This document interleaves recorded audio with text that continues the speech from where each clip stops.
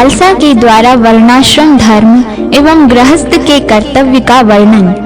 अलर्क ने कहा, महाभागे, आपने राजनीति संबंधी धर्म का वर्णन किया, अब मैं वर्णाश्रम धर्म सुनना चाहता हूँ। मदालसा बोली, दान, अध्ययन और यज्ञ ये ब्राह्मण के 3 धर्म हैं तथा यज्ञ कराना, विद्या पढ़ाना और पवित्र दान लेना, यह 3 प्रकार की उसकी आजीविका बताई गई है। दान, अध्ययन और यज्ञ ये 3 क्षत्रिय के भी धर्म हैं। पृथ्वी की रक्षा तथा शस्त्र ग्रहण करके जीवन निर्वाह करना यह उसकी जीविका है। वैश्य के भी दान, अध्ययन और यज्ञ ये तीनों ही धर्म हैं। व्यापार, पशुपालन और खेती ये उसकी जीविका हैं। दान, यज्ञ और द्विजातियों की सेवा, यह 3 प्रकार का धर्म शूद्र के लिए बताया गया है। शिल्प कर्म, द्विजातियों की सेवा और खरीद बिक्री ये उसकी जीविका है। इस प्रकार ये वर्ण धर्म बतलाए गए हैं। अब आश्रम धर्मों का वर्णन सुनो। यदि मनुष्य अपने वर्ण धर्म से भ्रष्ट न हो तो वह उसके द्वारा उत्तम सिद्धि को प्राप्त होता है और निषिद्ध कर्मों के आचरण से वह मृत्यु के पश्चात नरक में पड़ता है। उपनयन संस्कार होने पर भी ब्रह्मचारी बालक गुरु के घर में निवास करे, वहाँ उसके लिए जो धर्म बताया गया है वह सुनो। ब्रह्मचारी वेदों का स्वाध्याय करे, अग्निहोत्र करे, त्रिकाल स्नान करे, भिक्षा के लिए भ्रमण करे, भिक्षा में मिला हुआ अन्न गुरु को निवेदित करके उनकी आज्ञा के अनुसार ही सदा उसका उपयोग करे, गुरु के कार्य में सदा उद्यत रहे, भली भांति उन्हें प्रसन्न रखे, गुरु के बुलाने पर एकाग्र चित्त से तत्परता पूर्वक पढ़े, गुरु के मुख से 1, 2 या संपूर्ण वेदों का ज्ञान प्राप्त करके गुरु के चरणों में प्रणाम करे और उन्हें गुरु दक्षिणा देकर गृहस्थाश्रम में प्रवेश करे। यह आश्रम में आने का उद्देश्य होना चाहिए। गृहस्थाश्रम संबंधी धर्मों का पालन अथवा अपनी इच्छा के अनुसार वह वानप्रस्थ या संन्यास आश्रम में प्रवेश करे अथवा वहीं गुरु के घर में सदा निवास करते हुए ब्रह्मचर्य निष्ठता को प्राप्त हो, नैष्ठिक ब्रह्मचारी बन जाए। गुरु के न रहने पर उनके पुत्र की और पुत्र के न रहने पर उनके प्रधान शिष्य की सेवा करे, अभिमान शून्य होकर ब्रह्मचर्य आश्रम में रहे। जब गृहस्थ आश्रम में आने की इच्छा लेकर ब्रह्मचर्य आश्रम से निकले तब अपने अनुरूप निरोग स्त्री से विधि पूर्वक विवाह करे। वह स्त्री अपने समान गोत्र और प्रवर की न हो, उसके किसी अंग में न्यूनाधिकता अथवा कोई विकार न हो। गृहस्थ आश्रम का ठीक ठीक संचालन करने के लिए ही विवाह करना चाहिए। अपने पराक्रम से धन पैदा करके देवता, पितर एवं अतिथियों को भक्ति पूर्वक भली भांति तृप्त करे तथा अपने आश्रितों का भरण पोषण करता रहे। भृत्य पुत्र, कुल की स्त्रियां, दीन, अंध और पतित मनुष्यों को तथा पशु पक्षियों को भी यथाशक्ति अन्न देकर उनका पालन करे। गृहस्थ का यह धर्म है कि वह ऋतु काल में स्त्री सहवास करे, अपनी शक्ति के अनुसार 5 यज्ञों का अनुष्ठान न छोड़े, अपने विभव के अनुसार पितर, देवता, अतिथि एवं कुटुंबी जनों के भोजन करने से बचे हुए अन्न को ही स्वयं भृत्य जनों के साथ बैठकर आदर पूर्वक ग्रहण करे। यह मैंने संक्षेप से गृहस्थाश्रम के धर्म का वर्णन किया है। अब वानप्रस्थ के धर्म का वर्णन करती हूँ, ध्यान देकर सुनो। बुद्धिमान पुरुष को उचित है कि वह अपनी संतान को देखकर तथा देह झुकी जा रही है इस बात का विचार करके आत्मशुद्धि के लिए वानप्रस्थ आश्रम में जाए, वहाँ वन के फल मूलों का उपयोग करे और तपस्या से शरीर को सुखाता रहे, पृथ्वी पर सोए, ब्रह्मचर्य का पालन करे, देवताओं, पितरों और अतिथियों की सेवा में संलग्न रहे, अग्निहोत्र, त्रिकाल स्नान तथा जटा वल्कल धारण करे, सदा योगाभ्यास में लगा रहे और वनवासियों पर स्नेह रखे। इस प्रकार यह पापों की शुद्धि तथा आत्मा का उपकार करने के लिए वानप्रस्थ आश्रम का वर्णन किया है। अब चतुर्थ आश्रम का स्वरूप बतलाती हूँ, सुनो। धर्मज्ञ महात्माओं ने इस आश्रम के लिए जो धर्म बतलाया है वह इस प्रकार है। सब प्रकार की आसक्तियों का त्याग, ब्रह्मचर्य का पालन, क्रोध शून्यता, जितेंद्रियता, एक स्थान पर अधिक दिनों तक न रहना, किसी कर्म का आरंभ न करना, भिक्षा में मिले हुए अन्न का एक बार भोजन करना, आत्मज्ञान होने की इच्छा को जगाए रखना तथा सर्वत्र आत्मा का दर्शन करना। यह मैंने चतुर्थ आश्रम का धर्म बतलाया है। अब अन्यान्य वर्णों तथा आश्रमों के सामान्य धर्म का वर्णन सुनो। सत्य, शौच, अहिंसा, दोष दृष्टि का अभाव, क्षमा, क्रूरता का अभाव, दीनता का न होना तथा संतोष धारण करना, ये वर्ण और आश्रमों के धर्म संक्षेप से बताए गए हैं। जो पुरुष अपने वर्ण और आश्रम संबंधी धर्म को छोड़कर उसके विपरीत आचरण करता है वह राजा के लिए दंडनीय है। जो मानव अपने धर्म का त्याग करके पाप कर्म में लग जाते हैं उनकी उपेक्षा करने वाले राजा के इष्ट और आपूर्त धर्म नष्ट हो जाते हैं। बेटा, गृहस्थ धर्म का आश्रय लेकर मनुष्य इस संपूर्ण जगत का पोषण करता है और उससे मनोवांछित लोगों को जीत लेता है।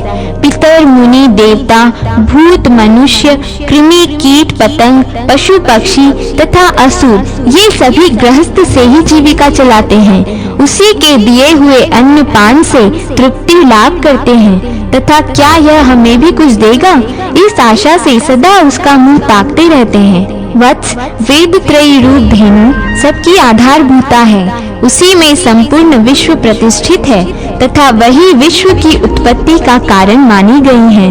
ऋग्वेद उसकी पीठ, यजुर्वेद उसका मध्य भाग तथा सामवेद उसका मुख और गर्दन है।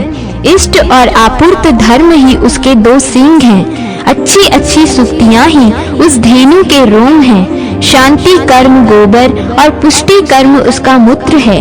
अकार आदि वर्ण उसके अंगों के आधारभूत चरण हैं। संपूर्ण जगत का जीवन उसी से चलता है। त्रयी रूप धेनु अक्षय है, उसका कभी क्षय नहीं होता। स्वाहा, स्वधा, वशटकार तथा हंतकार ये उसके 4 स्तन हैं। स्वाहा रूप स्तन को देवता, स्वधा को पितर, वशटकार को मुनि तथा हंतकार रूप स्तन को मनुष्य सदा पीते हैं। इस प्रकार यह त्रयीमयी धेनु सबको तृप्त करती है। जो मनुष्य उन देवता आदि की वृत्ति का उच्छेद करता है वह अत्यंत पापाचारी है। उसे अंध तामित्र तथा तामित्र नरक में गिरना पड़ता है। जो इस धेनु को इसके देवता आदि बछड़ों से मिलाता है और उन्हें उचित समय पर पीने का अवसर देता है वह स्वर्ग में जाता है। अतः बेटा, जैसे अपने शरीर का पालन पोषण किया जाता है उसी प्रकार मनुष्य को प्रतिदिन देवता, ऋषि, पितर, मनुष्य तथा अन्य भूतों का भी पोषण करना चाहिए। इसलिए प्रातः काल स्नान करके पवित्र हो एकाग्र चित्त से जल द्वारा देवता, ऋषि, पितर और प्रजापति का तर्पण करना चाहिए। मनुष्य फूल, गंध और धूप आदि सामग्रियों से देवताओं की पूजा करके आहुति के द्वारा अग्नि को तृप्त करे, तत्पश्चात बलि दे। ब्रह्मा और विश्व देवों के उद्देश्य से घर के मध्य भाग में बलि अर्पण करे। पूर्व और उत्तर के कोण में मनवंतर के लिए बलि प्रस्तुत करे। पूर्व दिशा में इंद्र को, दक्षिण दिशा में यम को, पश्चिम में वरुण को तथा उत्तर में सोम को बलि दे। घर के दरवाजे पर धाता और विधाता के लिए बलि अर्पण करे। घर के बाहर चारों ओर अर्यमा देवता के निमित्त बलि प्रस्तुत करे। निशाचरों और भूतों को आकाश में बलि दे। गृहस्थ पुरुष एकाग्र चित्त हो दक्षिण दिशा की ओर मुंह करके तत्परता पूर्वक पितरों के उद्देश्य से पिंड दे। तदनंतर विद्वान पुरुष जल लेकर उन्हीं स्थानों पर उन्हीं देवताओं के उद्देश्य से आचमन के लिए जल छोड़े। इस प्रकार गृहस्थ पुरुष घर में पवित्रता पूर्वक गृह देवताओं के उद्देश्य से बलि देकर अन्य भूतों की तृप्ति के लिए आदर पूर्वक अन्न का त्याग करे।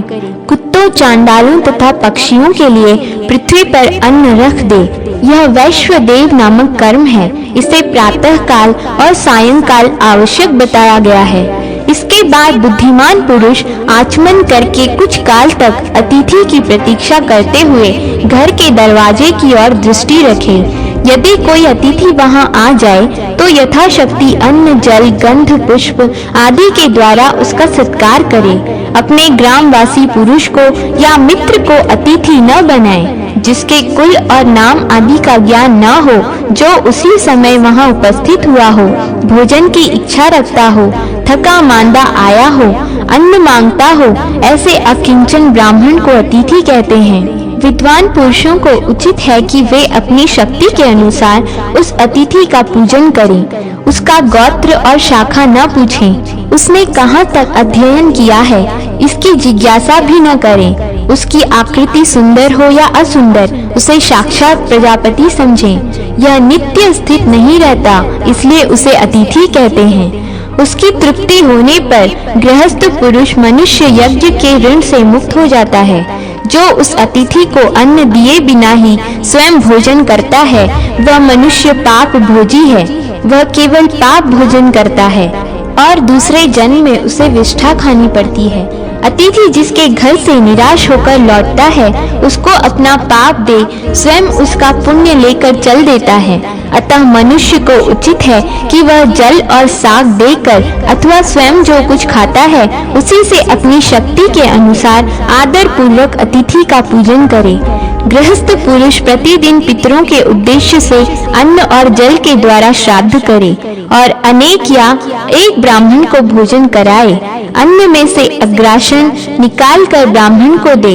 ब्रह्मचारी और सन्यासी जब भिक्षा मांगने के लिए आए तब उन्हें भिक्षा अवश्य दे। 1 ग्रास अन्न को भिक्षा, 4 ग्रास अन्न को अग्रासन और अग्रासन से चौगुने अन्न को श्रेष्ठ द्विज हंतकार कहते हैं। भोजन में से अपने वैभव के अनुसार हंतकार, अग्रासन अथवा भिक्षा दिए बिना कदापि उसे ग्रहण न करें। अतिथियों का पूजन करने के बाद प्रियजनों, कुटुंबियों, भाई बंधुओं, याचकों, आकुल व्यक्तियों, बालकों, वृद्धों तथा रोगियों को भोजन कराएं। इनके अतिरिक्त यदि कोई दूसरा अकिंचन मनुष्य भी भूख से व्याकुल होकर अन्न की याचना करता हो तो गृहस्थ पुरुष वैभव होने पर उसे अवश्य भोजन कराए। जो सजातीय बंधु अपने किसी धनी सजातीय के पास जाकर भी भोजन का कष्ट पाता है वह उस कष्ट की अवस्था में जो पाप कर बैठता है उसे वह धनी मनुष्य भी भोगता है। सायंकाल में भी इसी नियम का पालन करे। सूर्यास्त होने पर जो अतिथि वहां आ जाए उसकी यथाशक्ति शैया, आसन और भोजन के द्वारा पूजा करे। बेटा, जो इस प्रकार अपने कंधों पर रखा हुआ गृहस्थाश्रम का भार ढोता है उसके लिए स्वयं ब्रह्मा जी, देवता, पितर, महर्षि, अतिथि, बंधु बांधव, पशु पक्षी तथा छोटे छोटे कीड़े भी जो उसके अन्न से तृप्त हुए हैं कल्याण की वर्षा करते हैं।